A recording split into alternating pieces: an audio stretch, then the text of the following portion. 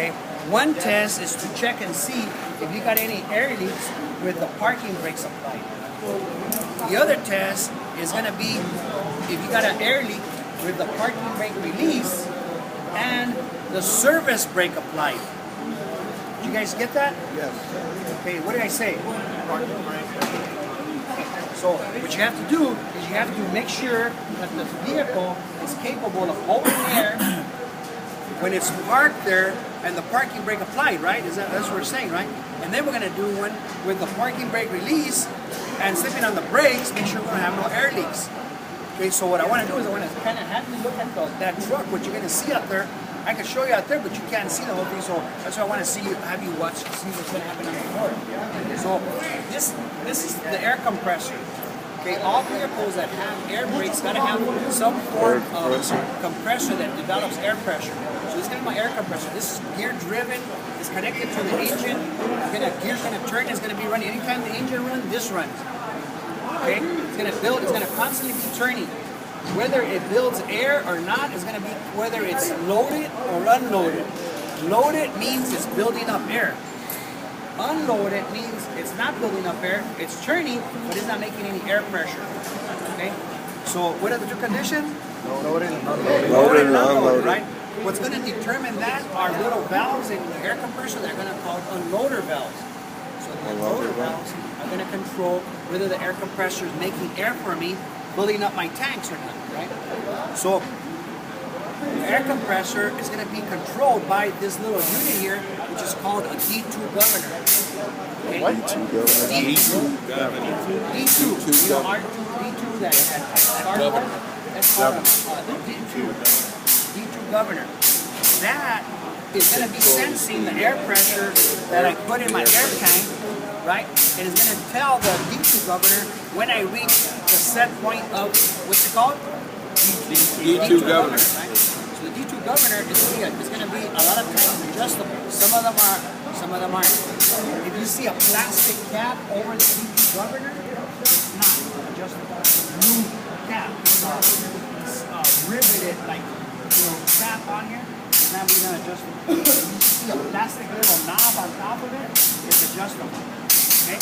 So the D2 governors are adjustable and not adjustable. This is when I look at the dash to see if I have the 120 pounds of air. This is what controls it. So what it's going to do is going to monitor the air, this line in here, monitoring the air. I adjust this so that it reads the 120 pounds of air. When I get to 120 pounds of air, it tells my air compressor unloader valves, unload. Don't let me build up anymore. You can turn how you want, but don't build up air pressure and don't send me no air. Because I'm already full, right?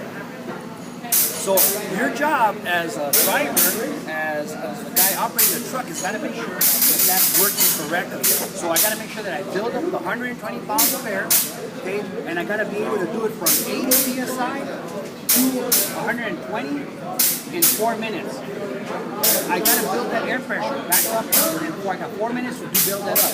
But it's starting from 80 psi all the way up. 80 A lot of people do the test and they don't have no air in the system. They want to build up in 4 minutes. It's not going to happen. It's 80 to 100. 4 minutes. Okay. So air compressors that are damaged or worn are not going to be able to make it.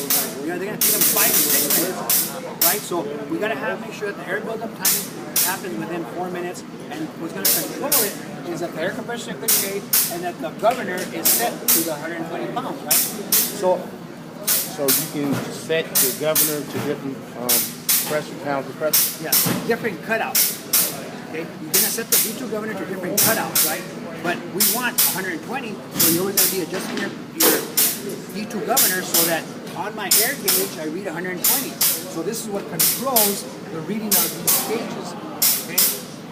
This gauge is called a compound, a duplex gauge, or compound gauge. Duplex. One reads the primary tank, and the other one reads the secondary tank.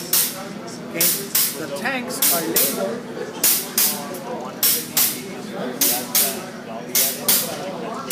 That compound? 150? No. You're never going to have air systems higher than 130. So I don't care if you have a trailer or two trailers, they're never going to be over 130. 150 is safety protection valve. See this valve right here? This is called a safety protection valve. This valve prevents the air system from getting over 150. If the system goes over 150, you might blow a line, you might blow a diaphragm inside these brake chambers are diaphragms. Okay, that's what is going to be used to actuate the mechanical part from the air part, right? So I put air in this chamber, which has a rubber diaphragm, and the rubber diaphragm is going to push this rod. It's going to make the slack adjustment come out, right? So I have some over here in the back. Brake chambers back there. Those brake chambers are going to use a rubber diaphragm. I'm going to put air in the diaphragm. I'm going to move it, right? It's going to push the plunger, right? And then it's going to move the mechanical part, right? So what we're going to do is, as a driver, you got to make sure that the air buildup time is good, right? And you got to make sure that the static and the dynamic tests are adequate. So as soon as I get that video to work over there, I'll show it to you and I'll give you that. And I want you to see that. So we're going to take a look at that. So look at this is to simulate that the engine is ready to send air to the system and make the engine turn on. It's really an air hose system. I'm going to turn the air on, and what I'm going to do is I'm going to build up air pressure. As I build up my air pressure, it would normally be this pumping to build it up, and then this line sensing. So you're going to look inside here. These are going to be the unloaders. When I reach to 120 pounds, you're going to see these little valves pop up and stop the air pressure from going any higher into my air tank. So right now you're going to look at it and you're going to see, what are these called? Unloaders. Unloaders. Unloaders.